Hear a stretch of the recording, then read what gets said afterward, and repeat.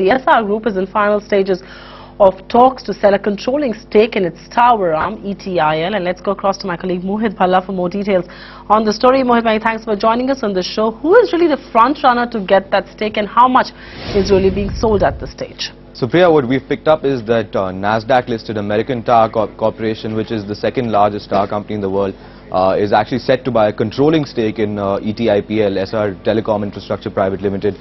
In fact, the deal is valued at somewhere between $350 to $400 million. And what we're picking up is that both sides have actually begun the legal documentation process for the transfer of ownership to take place. And in fact, an announcement will be expected as early as the first week of January. So clearly, this is a deal that's on the cards. TC definitely set to buy a controlling stake there. Essar Telecom, of course, has a total portfolio of about 3,500 towers, which makes it amongst the smaller players. And as the industry landscape gets more packed with larger players, it's becoming difficult for the smaller ones to survive, therefore leading to consolidation.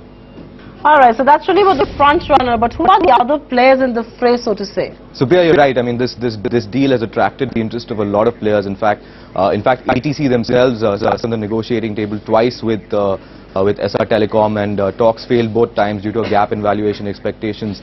You've also had other major players, private equity funds like Silk Route Advisors.